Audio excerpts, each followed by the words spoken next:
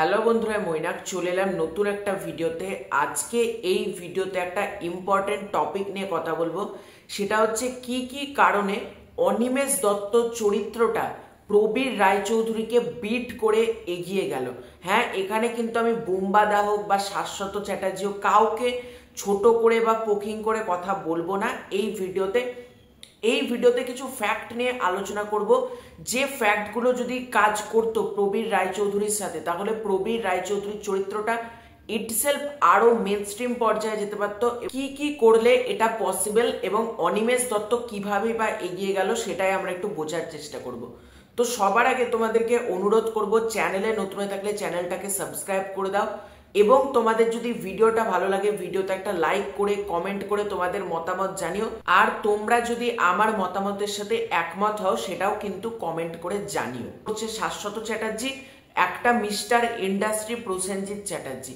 তাহলে প্রবীর রায়চৌধুরীর থেকে কিভাবে অনিমেষ দত্ত অনেক বেশি মাস সার্কিটে ওয়ার্ক করে গেল। অনিমেষ দত্তকে নিয়ে এখনো পর্যন্ত আলোচনায়, ইভেন অনিমেষ দত্ত আর প্রবীর রায়চৌধুরীর দুজনেরই কিন্তু হ্যাবিট হচ্ছে গালাগালি দেওয়া, কিন্তু ভাইরাল হচ্ছে কিন্তু এখন অনিমেষ দত্ত যে গালাগালি দিচ্ছে বা খিস্তি দিচ্ছে। তুমি দেখো না, আজকেও প্রলয় সিনেমার বিভিন্ন ডায়লগ, বিভিন্ন মিমস আজও বিভিন্ন জায়গাতে ছড়িয়ে পড়ছে। প্রথম কারণ হচ্ছে অনিমেষ দত্ত চরিত্রটা প্রলয়তে এন্ট্রি করানো হয় কিভাবে, একটা মাস ভাবে কিন্তু এন্ট্রিটা করানো হয়। প্রলয় ছবির কথা বলছি, সেখানে অনিমেষ দত্ত দেখো বিরাট অ্যাকশন কিন্তু করেনি, পুলিশ অফিসারদেরকে মারছে, চেয়ার ভাঙছে, ওই রকম একটা ভাবে অনিমেষ দত্তকে এন্ট্রি করানো হয় প্রলয় ছবিটাতে।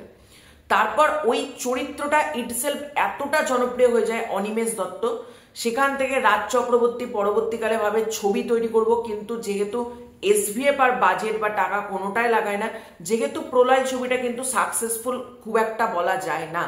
এখানে কিন্তু 22শে শ্রাবণ অনেক বেশি সাকসেসফুল একটা ছবি, কিন্তু আজকের সিনারিও ওয়াইজ কিন্তু লোকে অনিমেষ দত্তকে নিয়ে বেশি সেলিব্রেট করছে। এটার কারণ হচ্ছে অনিমেষ দত্তর চরিত্রটা অনেকবার অনেকভাবে দর্শকরা পেয়েছে। এটার কারণ কি, প্রবীর রায়চৌধুরীকে তোমরা যদি দেখো 22শে শ্রাবণে জাস্ট সে মদ খাচ্ছে, সিগারেট খাচ্ছে, বাড়িতে বসে আছে, দুটো গালাগালি দিচ্ছে, তোমার পুলিশ অফিসার ইনভেস্টিগেশন করছে, মানে অফিসে ঢুকে, এইটুকুই কাজ। কিন্তু আমরা অনিমেষ দত্তকে দিয়ে যেরকম অ্যাকশন করতে দেখতে পাচ্ছি, আজকে গালাগালি দিলেই সেই চরিত্রটা সব জায়গার দর্শক যে লুফে নেবে এরকম কিন্তু কথা না।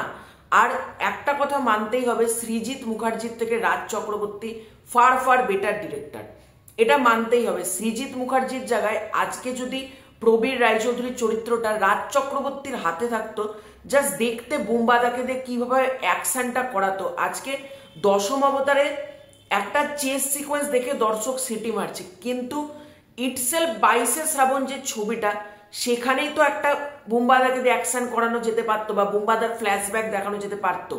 বা দ্বিতীয় পুরুষ যে ছবিটা, সেখানেও তো বুম্বাদার একটা ফ্ল্যাশব্যাক দেখানো যেতে পারতো, যেখানে বুম্বাদা অ্যাকশন করবে, যেখানে মানে বুম্বাদার ঘুষিতে সব উঠবে, এরকম তো করা যেতে পারতো। এখন আমরা সৃজিত মুখার্জিকে বলছি দশম অবতারের পরবর্তীকালে বুম্বাদাকে, প্রবীর রায়চৌধুরীকে অ্যাকশন মোডে ফিরিয়ে আনতে। দেখো আজকে ফিটনেসের দিক থেকে বুম্বাদা অনেক এগিয়ে শাশ্বত চ্যাটার্জির থেকে, এটা তো মানতে কোনো দ্বিধা নাই। বুম্বাদা যেরকম নিজেকে ফিট রেখেছে, শাশ্বত চ্যাটার্জি অতটা নিজেকে ফিট রাখতে কিন্তু পারেনি অ্যাকশনের দিক দিয়ে। তবুও শাশ্বত চ্যাটার্জির আজকে আবার প্রলয়ের কিছু ফুটেজ, মানে আবার প্রলয় 2 যেটা, সেগুলোর ফুটেজগুলো ভাইরাল হচ্ছে, তোমাদেরকে স্ক্রিনে আমি একটা করে অ্যাটাচ করছি। এটা যদি বুম্বাদা থাকতো, বুঝতে পারছো ক্রেজটা কোথায় যেত, মানে অনিমেষ দত্তর জায়গায়, কথার কথা বলছি, প্রবীর রায়চৌধুরীকে যদি অ্যাকশন অবতারে আনা যেতে পারতো, ক্রেজটা কোন লেভেলে যেত জাস্ট ভাবতে পারছো। এখনো পর্যন্ত শাশ্বতকে নিয়ে যেরকম আলোচনা হচ্ছে শাশ্বত চ্যাটার্জিকে নিয়ে, তার থেকে কিন্তু অনেক বেশি আলোচনা হতো যদি বুম্বাদা এরকম ঘুষি মারছে, অ্যাকশন করছে, চেস সিকোয়েন্স, শাশ্বত চ্যাটার্জি দুটো অটোর মাঝ দিয়ে ছুটে যাচ্ছে, কি মারাত্মক একটা চেস সিকোয়েন্স ডিজাইন হয়েছে আবার প্রলয় 2তে। একটা ওয়েব সিরিজ ভাবো, তোমার দশম অবতার, 22শে শ্রাবণ, সেটা দ্বিতীয় পুরুষ, এগুলো কিন্তু বড় পর্দার একটা সিনেমা। আজ পর্যন্ত বাংলাতে রাজ চক্রবর্তীর মতন ওয়েব সিরিজ কেউ বানাতে পারেনি, এটা মানতেই হবে। রাজ চক্রবর্তী যেরকম ওয়েব সিরিজ তৈরি করেছে আবার প্রলয়, ওই রকম ওয়েব সিরিজ বাংলাতে হয় না। যে ওয়েব সিরিজের মধ্যে দুটো ডান্স নাম্বার আছে, মানে বুঝতে পারছো, বাংলাতে এরকম ওয়েব সিরিজ আজ পর্যন্ত হয়েছে? দুটো ডান্স নাম্বার, শাশ্বত চ্যাটার্জি হাঁটছে, জুতো যখন ফেলছে মানে ধুলো উঠছে এদিক দিয়ে, না না না না করে যখন এন্ট্রিটা নিচ্ছে, বুঝতে পারছো তো ব্যাকগ্রাউন্ড মিউজিক, ব্যাকগ্রাউন্ড স্কোর চরিত্রটাকে কোন লেভেলে নিয়ে গিয়েছে। আবার প্রলয় নিয়ে দর্শকদের মধ্যে যে এক্সাইটমেন্টটা সেটা কতটা বুস্ট করেছে। আর আজকে সৃজিত মুখার্জি বলো বা এসভিএফ বলো, দুজনকেই কিন্তু মানুষ অনেকটা আতনাউস এরকম কিন্তু তকমা দিয়ে দিয়েছে, কারণ সৃজিত মুখার্জির দ্বারা অ্যাকশন ছবি হবে না। তাই আমরা যদি চাই দশম অবতারে hardcore action like Raj Chakraborty যেরকম প্রলয় ছবিতে করেছে, সম্ভব না।